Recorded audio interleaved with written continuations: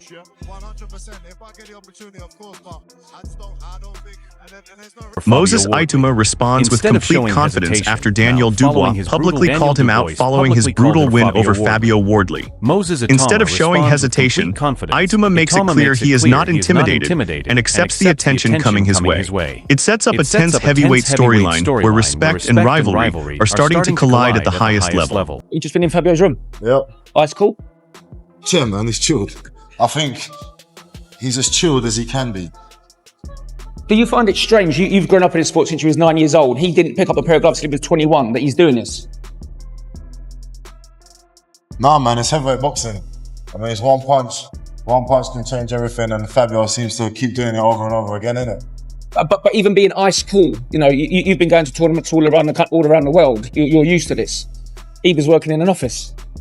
And I think that's what makes it, I guess, takes a lot of pressure off his shoulders, because he's already very much overachieved from what people expected him to do. So I feel like he might think that everything that now he achieves could be a bonus, you know? Even though you're a younger man than him, when you're in those little moments with him, do you say anything to him? Got any advice? Nah, I don't. Me, he's a world champion. What do I got to give advice? He should be giving me advice. Has he given you any? Nah. Don't do interviews, I guess. Don't do interviews, especially with you. Sam Jones is reacting to the aftermath of Daniel Dubois' big win and making it clear that he should be allowed to enjoy the moment first before any new challenges are rushed in. He also confirms a key detail that Stan has already mentioned Moses Itauma as a future target, showing how quickly this potential clash is being discussed at a serious level in boxing circles. What can you ask more of Daniel there?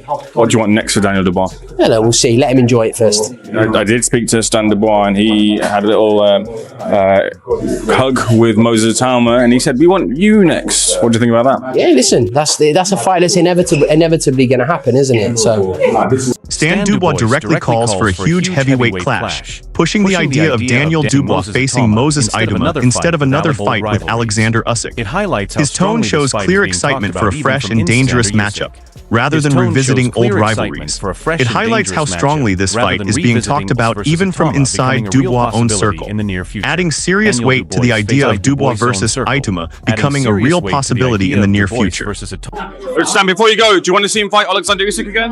No, I want to see him fight this giant. I don't mind fighting, but congratulations.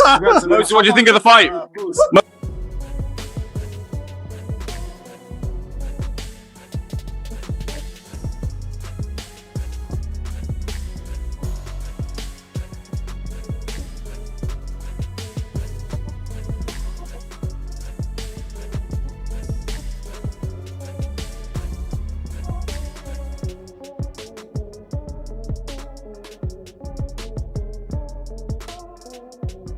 Daniel Dubois reflects on a brutal night where Fabio Wardley pushed him to his limits and forced him into a deep physical and mental battle inside the ring.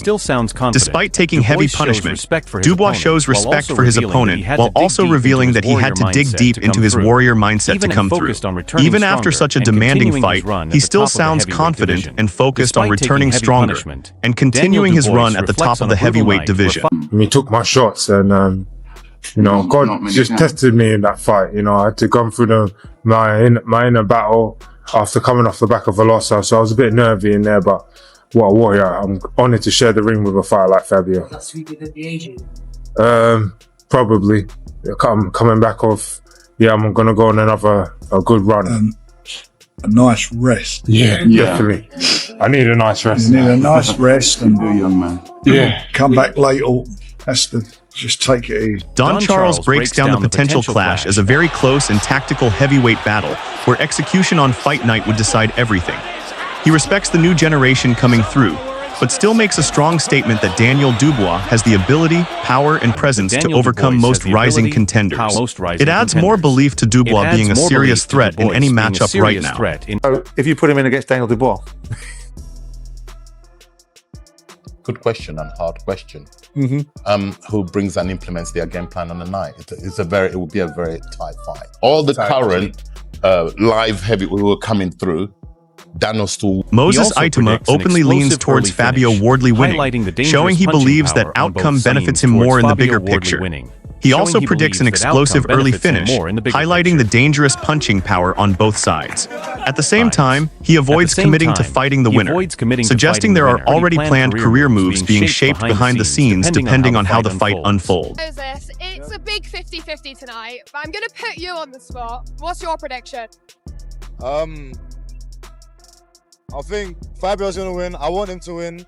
And I think that's probably where my money's going to be. But more kind of selfishly because it puts me in a better position. Rounds? I think it's going to be an early fight. Okay. Yeah, I think it's going to be an early fight.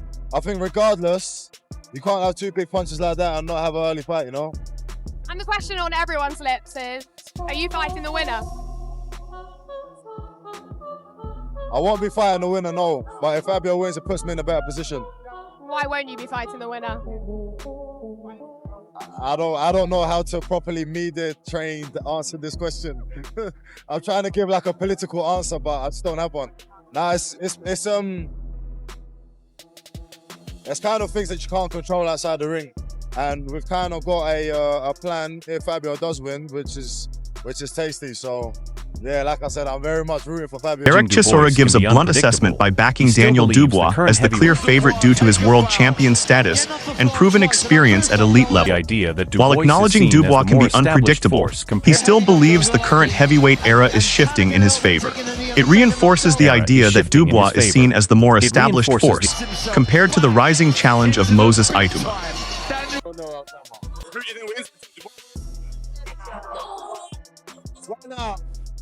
It's the favorite. Yeah. But we know our time is. But the era of is down, fellas. My thoughts, I'm still trying to recover. I need my heart checked. Yeah, I'm getting old, you know, from all this excitement. Yeah, but basically, what was my thoughts? What a magical, epic fight between two warriors, two gladiators. There was no losers in there tonight, in my opinion. Boxing won. There was no losers in there. Yes, we're going home with the belt, but Fabio, I mean, they don't make. I said to him after, they don't make men like him anymore. They don't. Yeah, it's a throwback. It really is. And so is Daniel. And boxing won because for the neutrals, whoa, that lived up to expectations. In fact, more. It delivered more. Yeah. So no, God is great. Don Charles is left overwhelmed after witnessing an all-out heavyweight war that delivered everything fans could hope for. He describes both fighters as true throwback warriors who refused to give in and turned the fight into a classic. In his view, there were no real losers because the performance from both sides elevated boxing itself and gave fans a night full of drama, heart, and pure entertainment. Daniel got dropped in the first round, and I said, he's winning the fight. Everybody around me looked at me like, what? I'm like, he's winning the fight. And then guess what he did? He fucking won the fight. He just bit bodies, gumshots, and carried on. What about that first knockdown? What did he do, Fabio Wardley? Fabio was not ready for boxing. He was no jab, nothing, looking for power shots. He's like he didn't train. He was busy commentating. Little bastard. He was supposed to fucking train in the gym. How many jabs did Fabio chuck? Less jabs. He didn't chuck no jabs. He didn't do anything we've seen before. You know, and today, Sam Smith was right. He goes, you're only a world champion until you fight a real fight. I don't think he fought old demons when he got dropped. But I think he started to think old demons when he started to think his things weren't working. But you know what was giving Daniel confidence? He kept landing a jab. Every time Wardley threw a right hand, Dubois would stick a jab and it would touch his target. That day was giving Dubois hope that, okay, then I can stand in front of my target and I can land with a jab. And he knew he was softening up Wardley with a jab as the round went. Clark describes Daniel Dubois as a pure warrior who thrives in chaos, even when the fight is not technically perfect. Now it is your turn to decide. Do you back Daniel Dubois' experience and power, or do you believe Moses Itauma fearlessness can take over the division? Drop your prediction in the comments and